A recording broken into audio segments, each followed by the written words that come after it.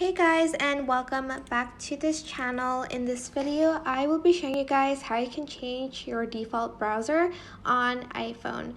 So it is actually super simple. For instance, you want Chrome to be your default browser instead of Safari.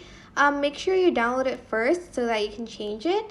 So go to settings here, and you are just going to scroll down until you find the Chrome app here. Select it.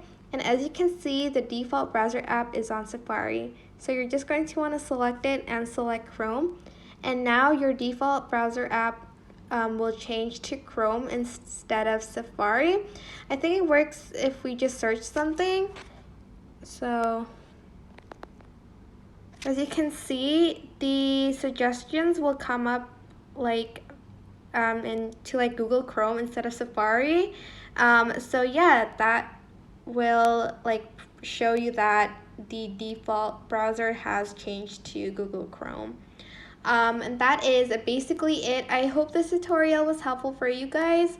Don't forget to like, comment, share, and also subscribe to this channel if you haven't done that.